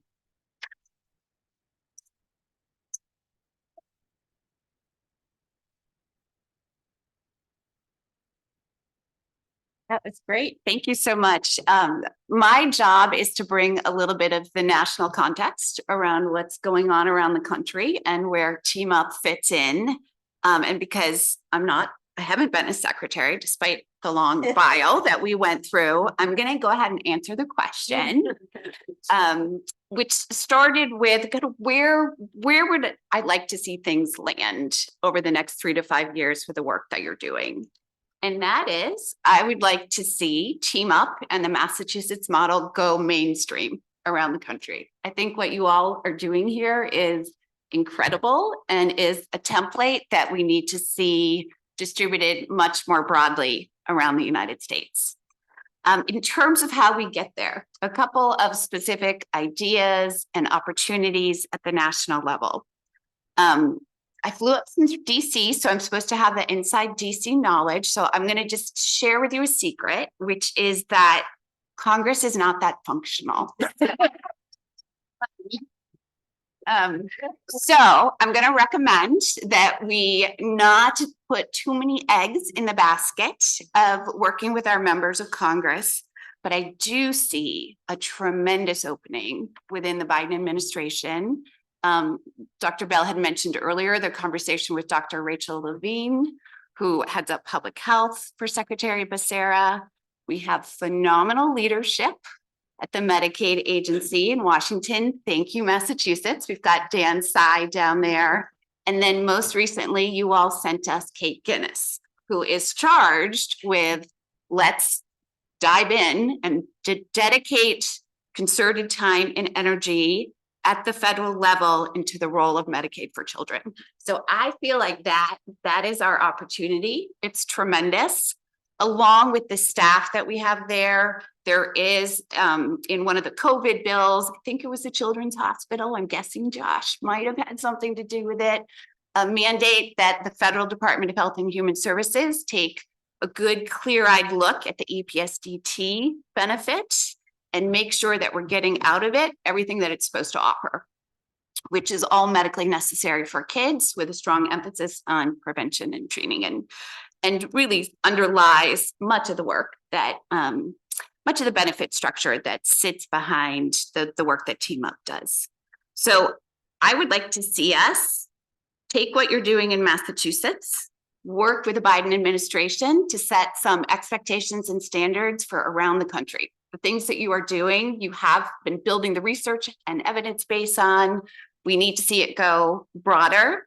It shouldn't be a nice to have special thing. It is special, but it shouldn't be just Massachusetts. I'd like to see it mainstream around the country using EPSDT and the national leadership that we have as a vehicle for spreading it. The next thing in terms of changing this conversation that we're having at the federal level, there's a couple things I don't want to be talking about. So what I would like to stop talking about is whether or not children are enrolled in coverage, have families return their renewal forms. I would like to stop talking about that, because I think if we are going to make models like Team Up work in the long term, we need a base of solid, steady coverage for our kids and families. And so one opportunity I want to lift up for you that we're seeing around the country is a growing number of states building on the experience in the pandemic, which, horrible as it was, gave us continuous coverage, right? Families did not have to go in and renew throughout the public health emergency. They just kept their Medicaid. We are seeing a growing number of states going in and using that magic 1115 waiver that you mentioned, saying we want 5 years of continuous coverage for our kids. So no questions asked. Once we get them on, they're in 5 years, they're there. So that is, I think, a big opportunity for setting the stable foundation on which Team Up and other similar initiatives function. And then the last thing in terms of changing the conversation is what I'm seeing is a renewed focus that is embedded in Team Up, but that I'd like to see spread more nationally around who is part of these conversations on integration, who is part of the conversation about children's health policy. So while I'm absolutely delighted that I get to see Josh and other folks that I know well, I actually want to be on a panel where I don't know anyone. And there is a strong voice of young people themselves who have lived experience with the mental health and substance use disorder system, and a new generation. So community health workers and others, and I know we've got some of that. So I really am very excited to see you, Josh. So. And in terms of opportunities there, I do want to lift up, there are very specific opportunities coming out of the federal government that I think reflect that Secretary Becerra and that leadership also shares that interest that's embedded in Team Up of let's make sure that the people that are receiving and using services are part of the conversation. So I want to lift up for you that they have put out, it's a technical thing, but it's got great stuff in it, a new Medicaid managed care rule that says managed care plans need to have the members who are receiving services be not just on advisory boards, but paid for their time, so that when we ask people with lived experience to come and share and help us shape policy, we recognize the time and investment that they're making. And we also recognize it can be pretty daunting to walk into a room and be the person with lived experience. And so I want to lift up for you what they've done is that that's not what it means to run a member-informed advisory committee. You need to set up a separate advisory committee that is just members who are paid, who have a safe space together, who are supported and then can come and be part of the larger conversation. So that would be the third thing I'd like to see is those efforts to change the conversation and take advantage of those new opportunities coming out of the leadership at the federal level.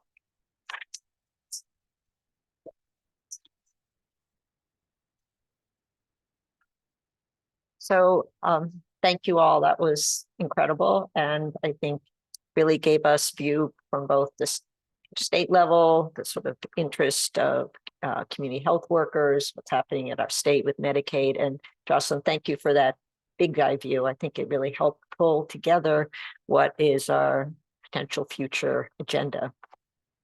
So what I'd like to do now is to open up the floor for questions, but I think I'd like to maybe give 5 minutes for the panelists to just sort of comment on what you heard from each other. And I have one particular question for Jocelyn.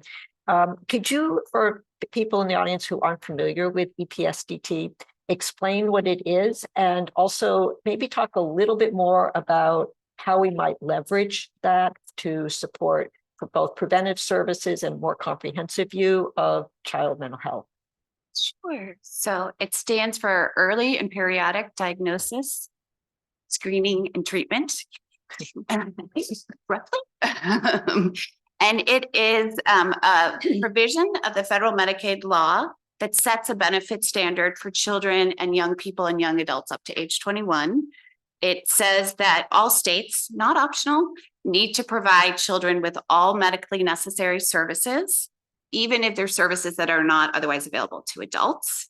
In addition, that EPSDT benefit requires that all states in their Medicaid programs set up prevention screening on a periodicity schedule. Most states link it to the American Academy of Pediatrics Bright Futures, so that not only are we treating kids, but we are doing upfront screening and preventive visits with children. So it's a very powerful statutory provision. The challenge has been the implementation of it, and some of the litigation you faced in Massachusetts, the Rosie D, comes out of the challenges meeting that very robust standard, but it's a clear standard. Medicaid funding is available to support it, and it is a directive to do the kind of prevention screening work that Team Up is doing along with the follow-up. So no screening, it's not like you find a anxiety, depression, and you're allowed to stop. There's a requirement for treatment as well. So just to put a caveat on that, in the United States, less than 53% of children who have Medicaid are actually screened through EPSDT. That's not Massachusetts data. And also the Rosie D case was a screening lawsuit. The state was sued because it was not screening children. And the Commonwealth's response was they were providing notice to families. Notice to families is not screening. Are there other members of our panel who would like to comment on the others panelists' presentations? Can I do one other? So I don't want anyone who knows me knows I'm not a Pollyanna. I would certainly agree that Congress is not a place where we could be looking for positive anything at the moment. But I would also just a slight caution, despite the extraordinary, wonderful people at CMS, including Chiquita Brooks-Lasser and Dan Tsai, of course, my gift to the United States, and then Kate Guinness is, and it's the political cycle. And I don't really want to bring politics into this too much, but the reality is we are going into what will be a presidential cycle. And I can talk about this a little bit on the state side, but I've experienced it on the federal side as well, is that we can do a lot of the work now, the groundwork, but the action will occur after the election. So what happens at both the federal and state levels, for those of us who've worked in either federal or state, is as you come in close to an election time, basically, whatever administration you're working in really wants like no bad news and really like steady state so we get through the election. So it's a slight correlation to what you've said. So we have a lot of work to do with these wonderful people, but to expect some big thing that will happen between now and a presidential election at the federal level, I think we should be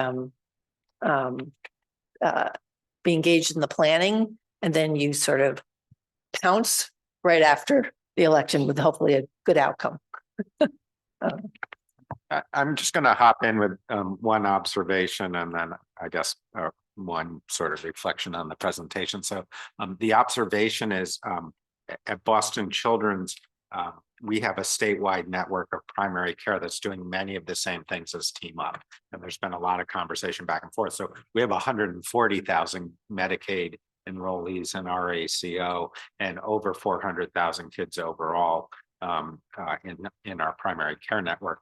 And most of those practices have integrated behavioral health, a lot of similar model design stuff. So I think there's an opportunity to come together. I'd also note Alastair's earlier point, the ACOs connected to WellSense are now over, I think slightly over half the kids in the Commonwealth on Medicaid. So there is a platform for collaboration across BMC, Boston Children's Hospital, the health centers, et cetera, through that ACO, which has common data infrastructure, et cetera, to really drive this stuff.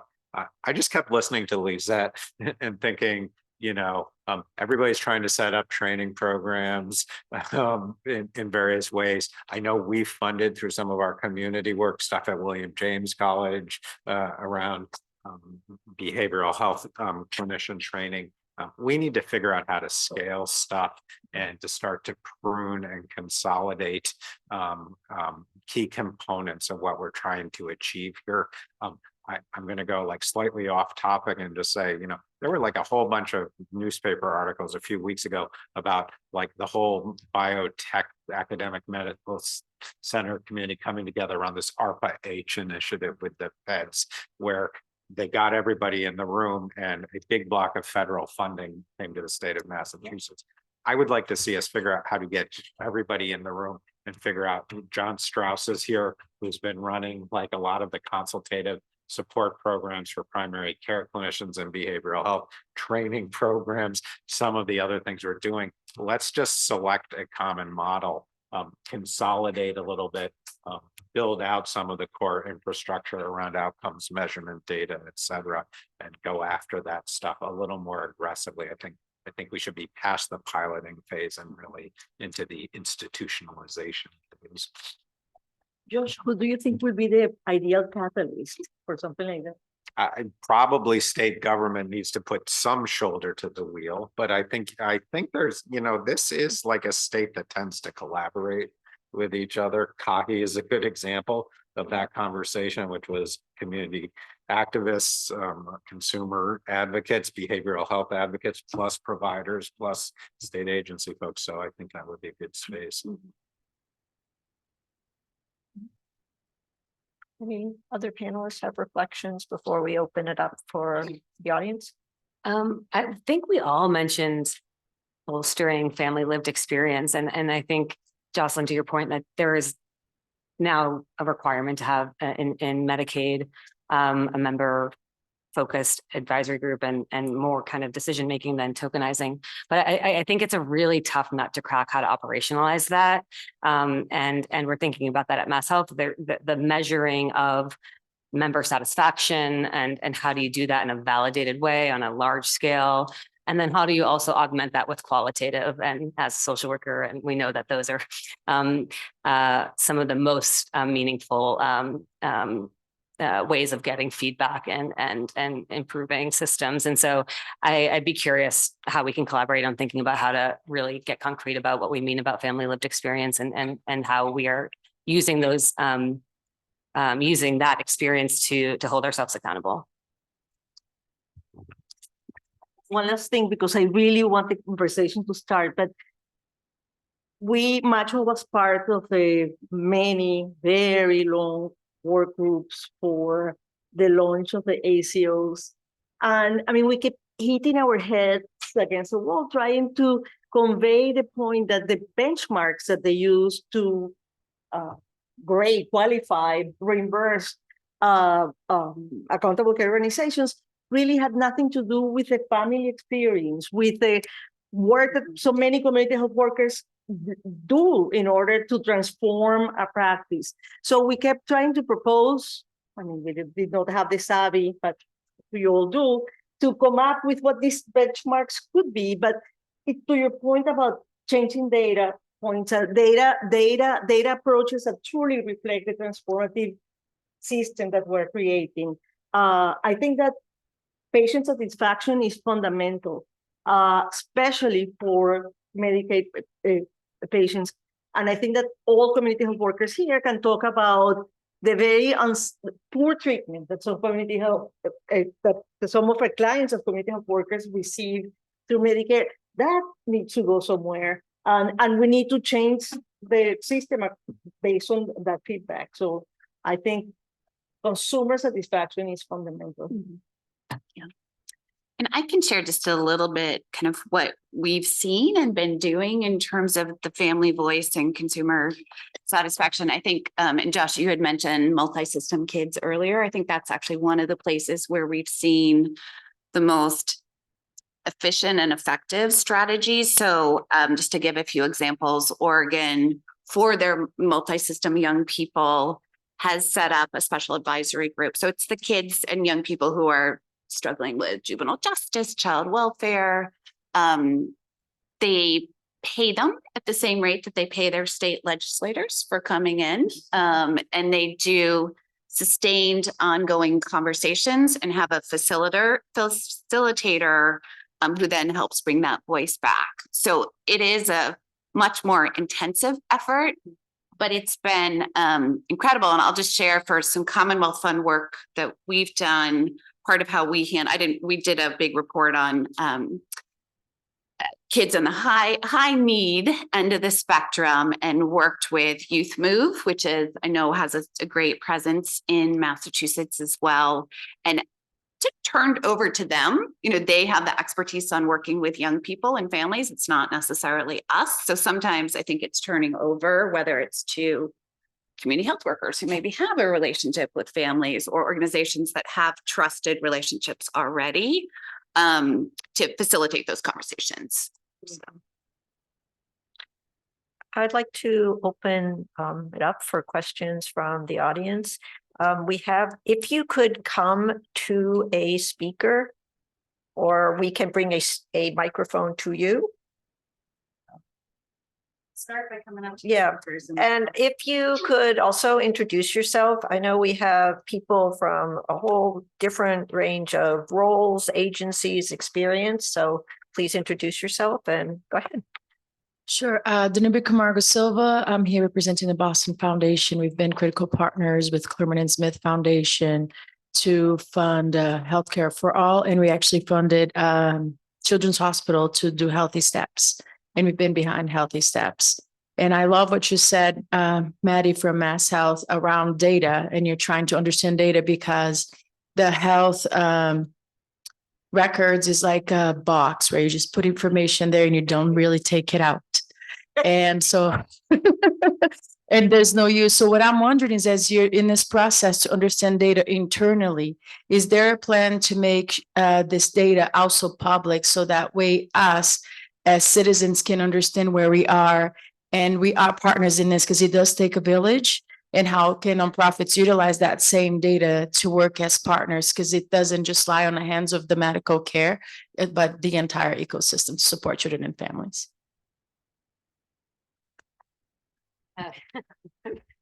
Yeah, it's a great question. I think data transparency is incredibly important for many reasons, and we have to get our internal shop in order first to feel confident about that. I will say from the leadership at EUHHS has made redetermination data publicly available, and so there is an appetite, I think, to be more transparent with data. We have to feel confident in our data, I think, in order to take that step. But I do think it is a value that we hold, not to sound too bureaucratic. But yeah. I just want to add that even if you're not confident at the data, if it looks horrible, we need to know so that way we can do something about it. Because if we don't know, we're working blindly. So we urge you, even if it looks awful, it's like, oh my God, there's no change. We are working like, and nothing is changing. We need to know so we can be innovative and strategic about changing what's not changing. Yeah, and fail forward. It's not that it's not. Yeah, it's not whether it's awful data, because data, whether it's good or bad, in terms of what it shows should be transparent. It's not what Maddie's saying. What it is to make sure that the data as it's collected is verified, that it's accurate to be posted. None of you would want to submit data that then in looking at it, you realize you made a mistake. So it is that extra, just making sure that whatever's going to be out, that people understand that they like, that's accurate, whatever it says. The one caveat that I think Mass Health has to, and I appreciate all Maddie's comments, is so often the data is based on claims data, which has such a horrible lag to it, which is why the Mass Health team has really invested with their ACOs in a different kind of data to be published. So one, it's more timely data, so it's actually actionable data.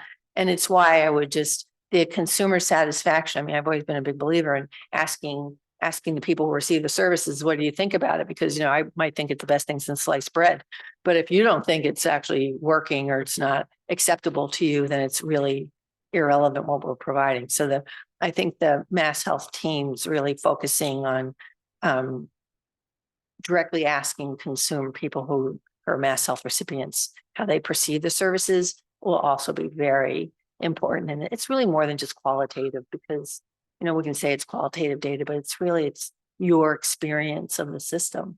And to me, that's really not qualitative at all. It's data that we all need to learn from. But I'm going to be provocative though, and like push back in the other direction, which is to say, one, we live in a state that has better kind of data science, population health knowledge, how to get at big data sets than maybe any other state in the country, right? There is brain power here. And I think state government needs to start to more actively engage folks on the outside to help frame that stuff out and help them kind of get at some of the problems you're elucidating. And second, we haven't been good in the ACOs in offering up comparative data on utilization and outcomes across the ACO. So we at Boston Children's don't particularly know how well we're doing. Are we providing too much or too little behavioral health, and which kind, and all of that versus all of the other child serving ACOs? We've pushed on that throughout this process. I hope we will get there in the short term, because if you can't kind of benchmark against others, you don't know. I totally second your point. We have the savvy. Many health centers actually have directors, population health. Joyce is here. So we can do it at the granular level. We can do it at the large level. We are ready. Just share that data. Not only share the data, make ACOs accountable for that data. I was supposed to put in my whatever resume or whatever statement that I'm a member of the Health Equity Compact. That's part of my agreement. I'm a proud member of the Health Equity Compact, which is this group of 80 or so leaders of color across the state that are really seeking to transform healthcare and increase access for ethnic and racial minorities in very significant way. And data is one of the key points. I think it's a responsibility of the state to provide the data, not just from Mass Health, but from cross-sector, but it's also the responsibility of the state to coordinate among all of these data sets and give results that are relevant so that we can make change happen. So we want the thing. So let me push back. The data, so I just have to. People always assume that the state is the data. The data comes from providers. So I just really, there's no disagreement about data, but when people say, well, the state should put out data, and let me just take on my good friends in community health centers. The data collected by 52 community health centers is all across the board. And so it's also incumbent for all of us, Josh and others, right, to agree on what the data is that should be put out. And that, my friends, having spent 8 years on that as secretary, is, so which is the most important data? Because, right, you can't put out all the data, like which is the most important data? I do believe that people need to come together on what is the data that needs to be put out. And until that time happens, then we should really rely on the data that comes directly from consumers. And that is consumer satisfaction surveys, while the rest of us get our collective data acts together.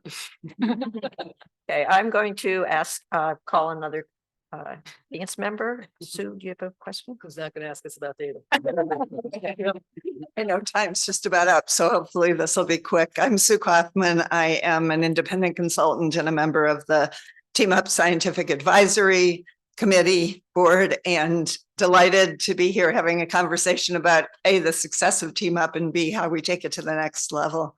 I have a question for Mary Lou Sutters, and I actually don't know whether this is a hard question or a slow pitch. But I think when a lot of us have read the roadmap and have been very excited about the sort of comprehensive look at behavioral health and the focus on investing and taking it to the level we need to really address the needs in the Commonwealth. And so my question is, in your vision, how would Team Up and the teams in the health centers be working with the elements of It's a great question. the roadmap? Yeah. And how do we get from here to there? Right. So it's not my vision. The roadmap was a collective vision of being a social worker, made everybody go out to listen. I think I exhausted the staff and making them go out to listen to more and more and more and putting together the roadmap. So as I think about behavioral health, and as a family member with 3 generations of family with serious mental illnesses, I think of Team Up as the integration of primary and behavioral health care, right? Front door, right? A child experiencing something, you go to your primary care pediatrician, and that team-based care may very well provide the behavioral health service support that that child needs, and the family feels comfortable. As Josh said, kids, when they're in crisis, I mean, kids do not have crisis absent their family, right? When a kid is in crisis, the family reacts to that. And the roadmap is really the other end of the continuum, right? Aside from the fact it's got the 24/7 crisis capacity and the mobile capacity, would really be for kids who need, as I think about it, more intensive level specialty care, behavioral health care. But if you think about it as a continuum, we always talk about behavioral health as like it's a homogenous thing, right? It's not. And so I really think of, I mean, I'm so excited about Team Up, not because I'm here today, but really because it's, for me, it's like that front door. And yes, we talked about the roadmap as being a front door, but the roadmap is really that 24/7, right? A crisis, the ability to get someone in for an immediate assessment who may not have that opportunity of an integrated primary care model. So I was actually going to, one of my, like, what would you like to see in 3 to 5 years is really this sort of the coming together of the, and I don't want to use component parts because it diminishes really how important these things are, but that the Team Up, the community health centers feel like they're connected to the 25, 27 community behavioral health centers that are out there, particularly for the crisis capacity, and then being able to connect back to the community health centers and the Team Up for kids who are, and their families who feel very connected to their primary and behavioral health care. No, I appreciate that question very much. Thank you. Hope that helps. Thank you. Digna? Hi, my name is Digna Mejia, integrated clinician at that house. Sorry, I'm nervous. As you know, our immigrants population is growing here in Massachusetts. So how can we improve, or how can Mass Health, how can we really improve the behavioral health services for immigrant children? As like, for example, in-home therapy, right? Because realistically, outpatient therapy is not for everybody, especially for our immigrant parents working 2-3 jobs. So Mass Health, what can you do?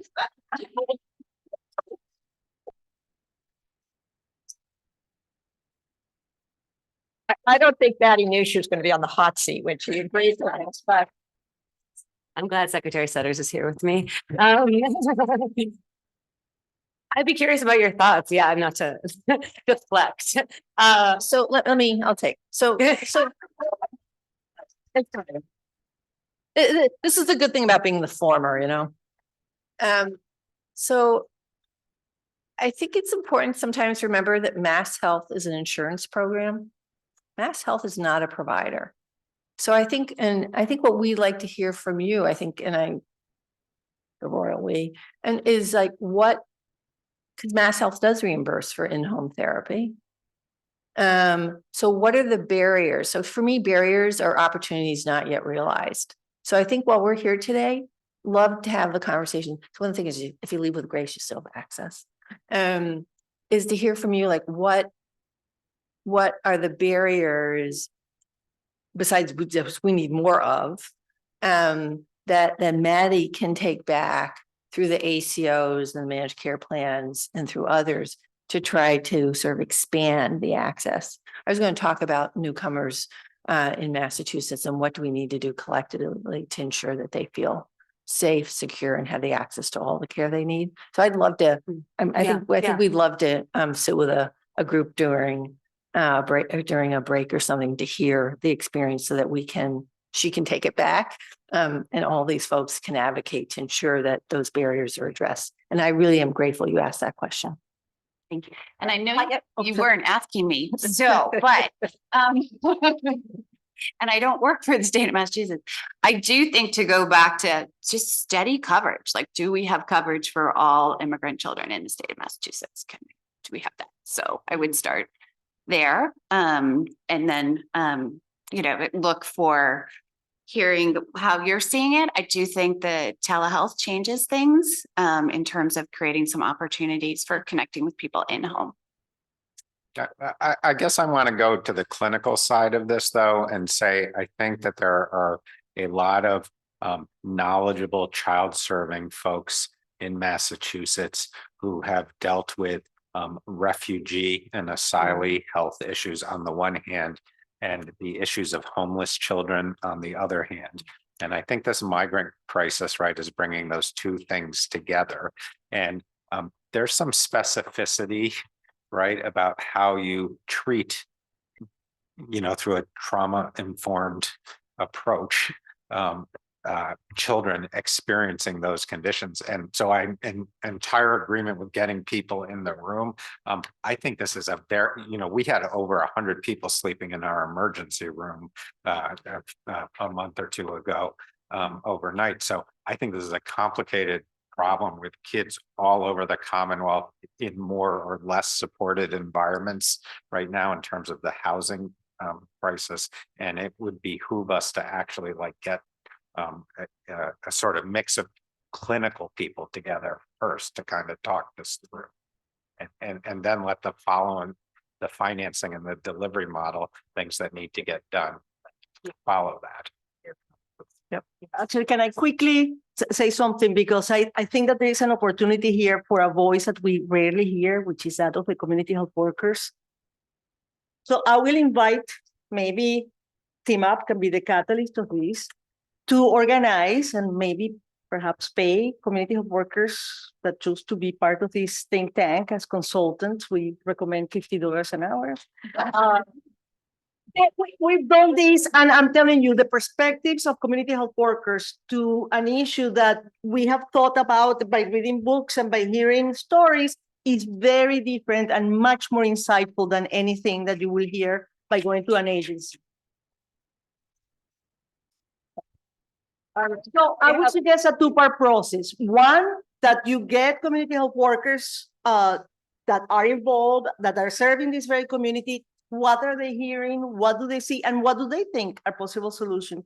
And then a part two will be a dialogue between the Maddies of the world, the Secretary Saros of the Joshes of the world, and maybe we can even invite the national folks to exchange ideas about how this is implementable. This type of granular, real conversation, I think will get us so much farther than, all go to this agency or go to, we need that reality check.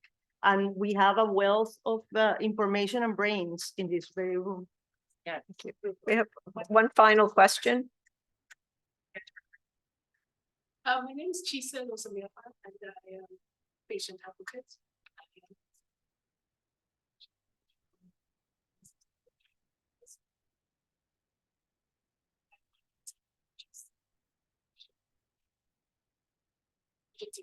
Regarding data. So I'm going to circle back to our data question. My question is, where do the consumers, as we mentioned earlier, or the patients, or the families, what say do they have with data that they can share? Where do they come?